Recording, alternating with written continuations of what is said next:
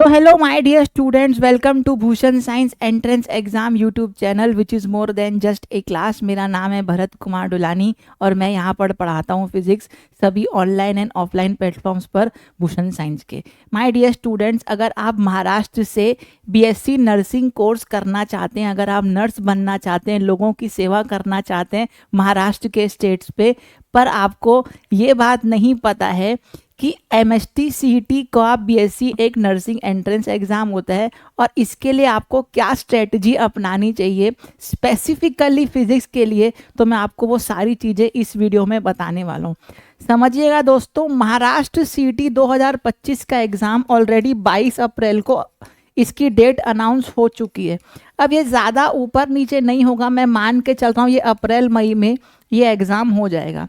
मैं आपको इस वीडियो में स्ट्रेटजी फिजिक्स के साथ साथ थोड़ी सी जनरल स्ट्रेटजी भी बताऊंगा पहले, उसके बाद मैं आपको फिजिक्स की डेडिकेटेड स्ट्रेटजी बताऊंगा कि आपको कहाँ से पढ़ना है, कैसे पढ़ना है, क्यों पढ़ना है।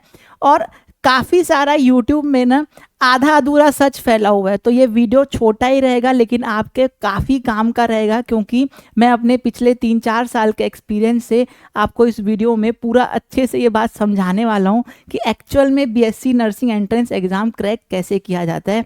मैं 3-4 सालों से जेई नीट एडवांस सबके लिए फिजिक्स पढ़ा रहा हूँ। तो सबसे पहले दोस्तों समझिएगा, स्ट्रेटजी के ना कभी भी 4 पार्ट होते हैं। सबसे पहले आपको समझना है कि आप एग्ज़ाम देना कौन सा चाह रहे हो, उसके बारे में आपको पता करना है। उसके बाद समझना है कि उस एग्ज़ाम से कैसे पढ़ना है, फिर कहाँ से पढ़ना है, और लास्ट में ये जब अपन पूरा पढ़ लिया तो हमको रिवाइज कैसे करना है। अधिकांश स्टूडेंट यहाँ तक भूल जाते हैं कि आप जो अभी 12th का एग्ज़ाम दे के आए हो वो एक थ्योरेटिकल एग्ज़ाम था, और लेकिन अगर आप बीएससी नर्सिंग का एंट्रेंस एग्ज़ाम देने जा रहे हो तो वो एक कॉम्पिटिटिव एग्ज़ाम है। थ्योरेटिकल एग्जाम और कॉम्पिटिटिव एग्जाम में डिफरेंस ये होता है कि कॉम्पिटिटिव एग्जाम आपका कंसेप्ट का एप्लीकेशन पूछता है, वहाँ पे आपको सब्जेक्टिव नहीं ऑब्जेक्टिव क्वेश्चन आते हैं, या तो आपको आता है या तो आपको नहीं आता है। लेकिन अगर थ्योरी एग्जाम में आप 5 नंबर का अगर क्वेश्चन है उसमें से कुछ भी लिख के आओ थोड़ा बहुत भी, तो आपको 3 नंबर मिलेंगे ही मिलेंगे। लेकिन अगर आपने कॉम्पिटिटिव एग्जाम में अगर आपको वो एक क्वेश्चन नहीं आता है तो सीधा आपका नेगेटिव मार्किंग भी हो सकती है, सीधा वो क्वेश्चन ही गलत हो जाएगा। तो दोस्तों आपको क्या पढ़ा है आपने उसको रिवाइज करने का तरीका भी आना चाहिए। अब समझिएगा, थोड़ा और अपन आगे बढ़ते हैं तो अपन समझते हैं आपको एग्जाम के बारे में जानने में भी 2 हिस्से हैं। पहले आपको एग्जाम पैटर्न और सब्जेक्ट पता होना चाहिए कि हमारे एमएसटी सीईटी एंट्रेंस एग्जाम में कौन कौन सा सब्जेक्ट आ रहा है। उसके बाद वो सब्जेक्ट के सिलेबस क्या है, मैं यहाँ पे आपको सिलेबस ओवरऑल बता दूंगा। फिजिक्स से रिलेटेड मैं आपको डेडिकेटेड स्ट्रेटजी भी बताऊंगा, लेकिन पहले आपको थोड़ा सा ये डिस्कशन करना ज़रूरी है इस वीडियो में। अगर आप नए हैं इस वीडियो में या आप BSc nursing entrance exam MST CET के बारे में थोड़ा सा कुछ नहीं जानते, देखिए समझिएगा, सब्जेक्ट्स और exam pattern physics, chemistry, biology, nursing aptitude और इंग्लिश से बना है। मतलब आपके यहाँ पर 5 सब्जेक्ट आएंगे जिनके पर सब्जेक्ट क्वेश्चन है 20, उसके मार्क्स भी हैं 20, मतलब पर क्वेश्चन 1 मार्क है। तो फिजिक्स के 20 मार्क्स, केमिस्ट्री के 20, बायो के 20, नर्सिंग एप्टीट्यूड के 20 और लास्ट में आपका इंग्लिश के 20। तो सर टोटल क्वेश्चंस कितने हो गए? My dear students, total question हो गए 100, टोटल मार्क्स भी हो गए 100। लेकिन आपको ये बात समझनी है कि आपको इस पेपर में सिर्फ 90 मिनट्स मिलते हैं। मतलब आपको 100 क्वेश्चंस को सॉल्व करने के लिए 90 मिनट्स हैं। मतलब मैं अगर मैं ध्यान से बताऊं आपको तो आपको एक क्वेश्चन को सॉल्व करने के लिए लेस देन 1 मिनट है। तो आपका जो एग्जाम का लेवल है वो मॉडरेट रहेगा, बहुत ही टफ नहीं रहेगा, नीट लेवल तक घुस घुस के नहीं पूछेगा। लेकिन आपके जो थ्योरेटिकल एग्जाम 12th में होता है उससे उसका लेवल थोड़ा ऊपर रहेगा, पर एकदम ही ऊपर नहीं रहेगा। ठीक, अच्छा अब देखिए, अधिकांश लोगों को ये बात पता नहीं है कि सिलेबस इसका लोग एनसीईआरटी बता रहे हैं। माय डियर स्टूडेंट्स, आप ऑफिशियल ब्रोशर में 2024-2023 के चेक कर सकते हो, उन्होंने डेडिकेटेडली लिखा हुआ है महाराष्ट्र के एमएस सेट सेल ने कि इनका सिलेबस 12th क्लास का हायर सेकेंडरी सिलेबस आएगा जो महाराष्ट्र बोर्ड पुणे का रहे। मतलब अगर आप महाराष्ट्र बोर्ड के स्टूडेंट हैं तो आपने जो 12th क्लास में जो किताब पढ़ी है उसका जो सिलेबस है इस एग्जाम में वो आने वाला है। हो क्या रहा है, आपको मैं बहुत फैक्ट बताने वाला हूँ कि उसका नेडी बोर्ड का मैक्सिमम सिलेबस 11-12 की एनसीईआरटी से मैच कर रहा है। इसलिए यूट्यूब में ये बात चल रही है कि 11-12 एनसीईआरटी आएगा, लेकिन आप इसके डेडिकेटेड ब्रूशर में जाके ये बात चेक कर सकते हो कि यहाँ पे उनका सिलेबस उन्होंने क्लियरली मेंशन किया है, 12th class HSC syllabus of Maharashtra board, जो कि पुणे में है। ठीक, अच्छा, अब आपको समझना है कि सर हमको पढ़ना कैसे है, कैसे पढ़ें सर।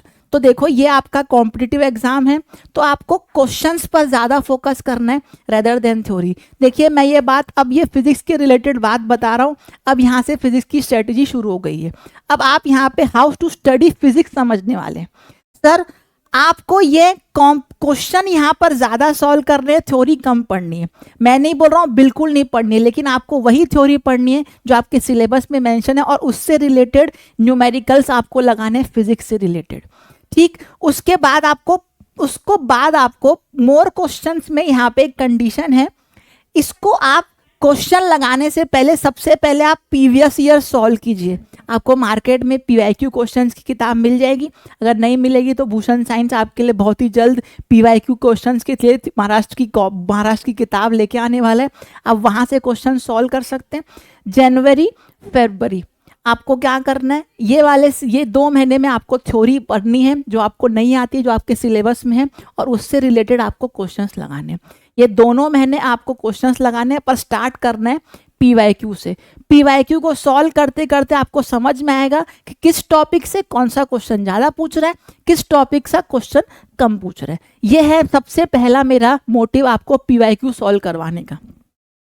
उसके बाद समझिएगा, आपको लास्ट महीने में, मतलब मेरा कहने का मतलब है मार्च और अप्रैल आधा, मतलब 20 डेज आपके अप्रैल के बचेंगे और पूरा मार्च आपको एक्स्ट्रा क्वेश्चन सॉल्व करने। इसके लिए भी भूषण साइंस एक किताब ला रहे हैं, और लास्ट में आपको टेस्ट सीरीज और रिवीजन करना है।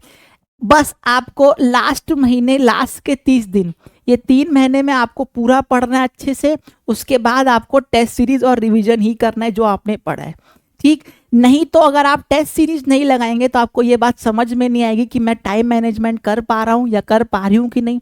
टाइम मैनेजमेंट के अलावा मेरे को कौन सा सेक्शन पहले अटेंड करना चाहिए, कितना मेरे को उस सब्जेक्ट में आता है, कौन सा मेरा सब्जेक्ट वीक है, कौन सा मेरा सब्जेक्ट स्ट्रॉन्ग है, किस में मैं रिलाई कर सकता हूँ, ये सारी चीज़ें आपको टेस्ट सीरीज के माध्यम से पता चलेंगी दोस्तों, और ये भी आपको भूषण साइंस प्रोवाइड करेगा जल्द ही। अच्छा, अब ये समझना है सर, ये एक और फैक्ट जो मैं एक और मिथ जो मैं ब्रोक करना चाहता हूँ यूट्यूब में, कि फ्रॉम वेयर टू स्टडी, आपको कहाँ से पढ़ना है। अगर आप ध्यान से देखेंगे तो आप 2 कैटेगरी के स्टूडेंट्स हो सकते हैं, या तो आप महाराष्ट्र स्टेट बोर्ड से, या तो आप अदर सेंट्रल बोर्ड से। अब मैं ये फिजिक्स के बारे में डेडिकेटेड बता रहा हूँ। महाराष्ट्र बोर्ड से तो आपको 12th क्लास की किताब से पढ़ना है, आपकी महाराष्ट्र की जो बोर्ड है उसकी। और अगर आप अदर बोर्ड से, सपोज करना आप सीबीएसई से, आईसीएसई से, कोई भी बोर्ड से, तो आपको एक किताब पढ़नी है एनसीईआरटी। अब अगर आप देखेंगे फिजिक्स में तो 12th के महाराष्ट्र की बोर्ड में रोटेशनल मैकेनिक्स से चालू है, तो आपको फिजिक्स की 11th क्लास की एनसीईआरटी को आधा पढ़ना है और 12th की एनसीईआरटी को पूरा पढ़ना है। एक्चुअल में ये है दोस्तों एक्चुअल में सिलेबस का बाइफर्फिकेशन। मैंने जो बैच में जो मैंने पढ़ाया है उसमें मैंने पूरा ही पढ़ाया है, क्योंकि आपको रोटेशनल मैकेनिक्स समझने के लिए पूरी मैकेनिक्स समझनी है। लेकिन अभी लास्ट के 3 महीने में आपके पास टाइम नहीं है, तो मैं आपको बोलूँगा फिजिक्स की 11th क्लास की एनसीईआरटी आधी, रोटेशनल मैकेनिक्स से आगे, और 12th क्लास की एनसीईआरटी पूरी आपको पढ़नी है, अगर आप किसी दूसरे बोर्ड से और एनसीईआरटी पढ़ना चाहते हैं। अब सबसे इम्पॉर्टेंट बात इस वीडियो की जो आपको मैं बताने वाला हूँ वो है रिवीजन की स्ट्रेटजी। आपने जो पढ़ा उसको कंसोलिडेट करना, मतलब आपको सर जो आपने पढ़ा उसको ताबड़तोड़ तरीके से क्या करना है, आपको कंसोलिडेट करना है। मतलब आपको शॉर्ट नोट्स बना के उस चीज़ को अपने दिमाग में ऐसे रखना है कि आपको उस 3 घंटे में एकदम बेहतरीन परफॉर्म करना है। तो यहाँ पर बच्चे क्या करते हैं, जो मेरा एक्सपीरियंस है वो क्या करते हैं, रीड और रिवाइज करते हैं। आपने जो नोट बनाया उसको बार बार रीड कर रहे हैं, बार बार रिवाइज कर रहे हैं। दोस्तों, ये रिवीजन की स्ट्रेटजी आपको नहीं अपनानी है। यहाँ पे मैं पहले ही लिख दिया हूँ, do not read and revise. आपको रेट्रोग्रेड रिवीजन करना है। अब सर ये किस टाइप का रिवीजन है, समझिएगा दोस्तों। आपको किसी टॉपिक को सपोज करना, आपको इलेक्ट्रोस्टैटिक्स करना है रिवाइज, तो आप क्या करेंगे, इलेक्ट्रोस्टैटिक्स को रिवाइज करने के लिए आपको इलेक्ट्रोस्टैटिक्स के क्वेश्चंस लगाने हैं। आप थ्योरी को बार बार नहीं पढ़ेंगे, अरे वही थ्योरी के इज कूलम्स का जो फोर्स है Q1Q2/r², वो आपके बार बार पढ़ने से चेंज थोड़ी हो जाएगा, लेकिन उस फॉर्मूले से किस अलग अलग टाइप के क्वेश्चंस आ रहे हैं वो ज़्यादा इंपॉर्टेंट है, वो आपको समझना ज़रूरी है। तो आपको रेट्रोग्रेड रिवीजन में अलग अलग टाइप के क्वेश्चंस लगाने हैं।